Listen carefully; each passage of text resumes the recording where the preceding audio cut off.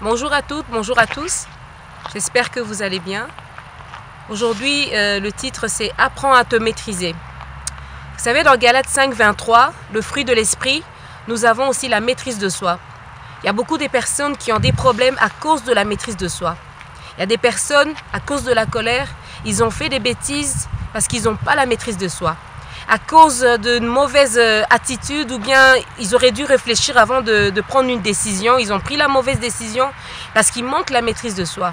Par manque de maîtrise de soi, il y a beaucoup de gens qui aujourd'hui vivent dans le pays que moi j'appelle « Oh, si je savais ». Le pays de regret, où chaque jour tu te réveilles, tu te dis « Seigneur, si je savais, Seigneur, ceci, si je savais cela, je n'aurais pas pris cette décision. Si je n'avais pas suivi la colère, si je n'avais pas suivi cette personne ou quoi. » Donc, il faut vraiment avoir la maîtrise de soi dans la vie. La Bible dit ceci dans 1 Corinthiens 6, 7. « Pourquoi ne souffrez-vous pas plutôt de quelque injustice? Pourquoi ne vous laissez-vous pas dépouiller ?» J'aime bien ce verset. Parce que la plupart du temps, nous voulons toujours avoir raison. C'est pas mauvais d'avoir raison. Quand il y a un problème, c'est pas mauvais de pouvoir toujours prouver que oui, ce que j'ai fait, j'ai raison ou quoi. Mais cela produit des problèmes, cela produit des frustrations. Il y a même des divorces qui sont faits ou des séparations dans les familles à cause de toujours vouloir avoir raison par la mauvaise manière. Donc je nous appelle tous, toutes et tous, pardon, à avoir la maîtrise de soi dans peu importe les problèmes que nous avons dans la vie. Dans le problème de pardon, dans le problème de réfléchir avant de prendre une décision, dans le problème surtout de la colère, dans le problème de quand il y a un contrat qu'on te présente au travail, tu ne réfléchis pas, tu signes. Dans le choix du mari ou de la femme, c'est très important. Souvent, nous n'avons pas la maîtrise de soi et nous suivons les sentiments et nous agissons vite fait.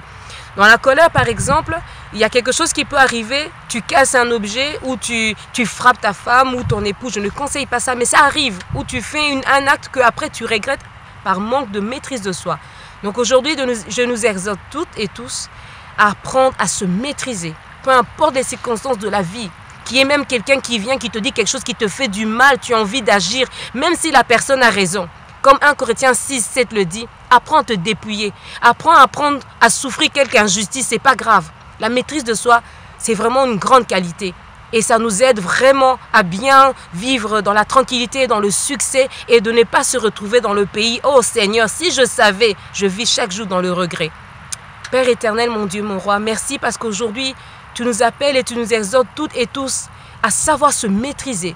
Cette qualité que Seigneur tu as, on t'appelle, tu es le rocher de vie car tu as la maîtrise de soi Seigneur et tu ne changes pas Seigneur. Aide-nous qui souvent des décisions que nous prenons, nous changeons.